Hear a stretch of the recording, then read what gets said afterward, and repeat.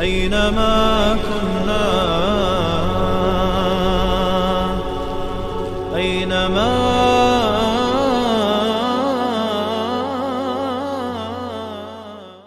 بسم الله والحمد لله والصلاة والسلام على رسول الله. اما بعد، السلام علیکم و رحمت الله و برکاته.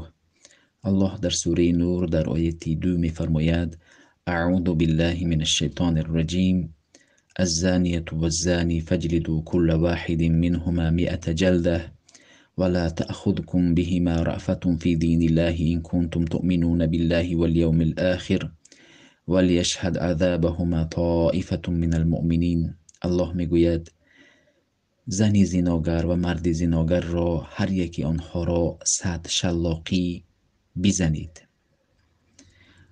و در تطبیق شریعت به کسی رحم نکنید. ولا تأخذكم بهما رأفة في دین الله إن كنتم تؤمنون بالله واليوم الآخر، اگر شما به الله و روز قیامت ایمان داشته باشید.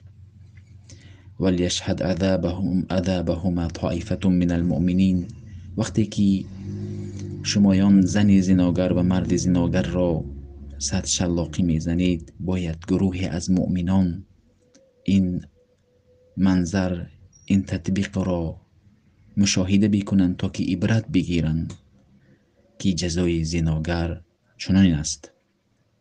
در اینجا الله از زانیت و زانی، همون زناگر را کی را قصد دارد؟ همون زناگری که هنوز ازدواج نکرده است، ازدواج اسلامی نکرده است. زنی که هنوز ازدواج اسلامی نکرده است یا مردی که هنوز ازدواج اسلامی نکرده است، او را الله قصد دارد.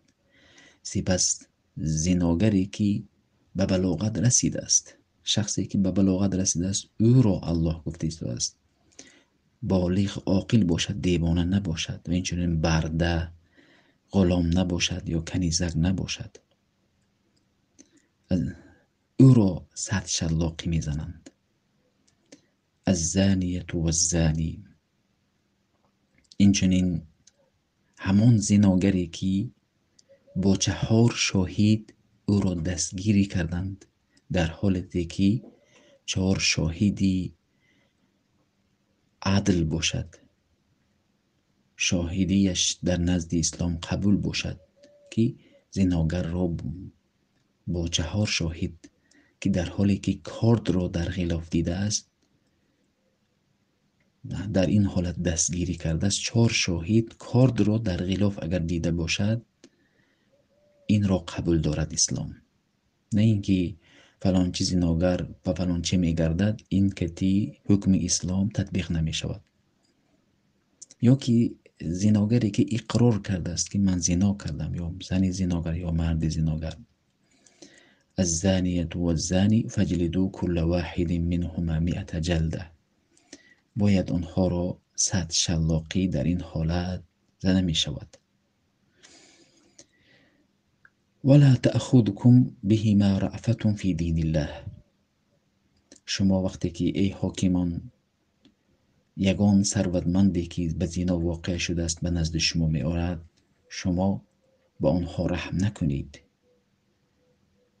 وقتی که تطبیق اسلام می کنید و بای و فقیر و کی نباشد، او اگر به زنا واقع شد دستگیر کردن یا که خودش اقرار کرد، شما با آنها رحم نکنید و حکم الله را تطبیق بکنید.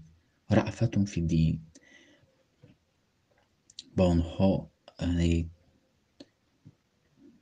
رحم نکنید. رأفة فی دین الله این کنتم تؤمنون بالله والیوم الآخر، اگر شما به الله و روز قیامت ایمان داشته باشید.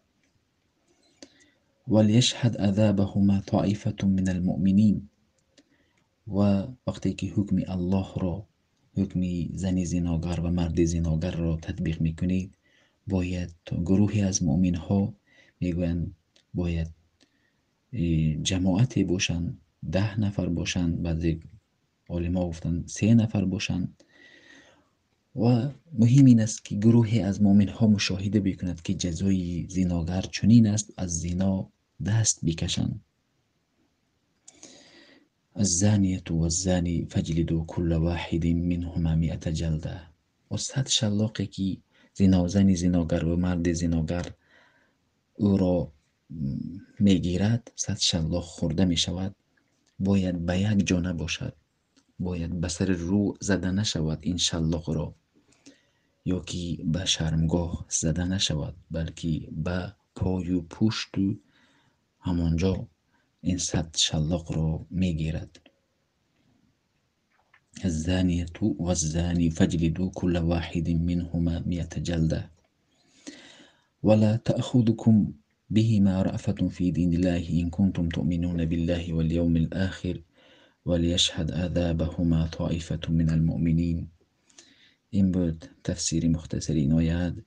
السلام علیکم و رحمت الله و برکاته.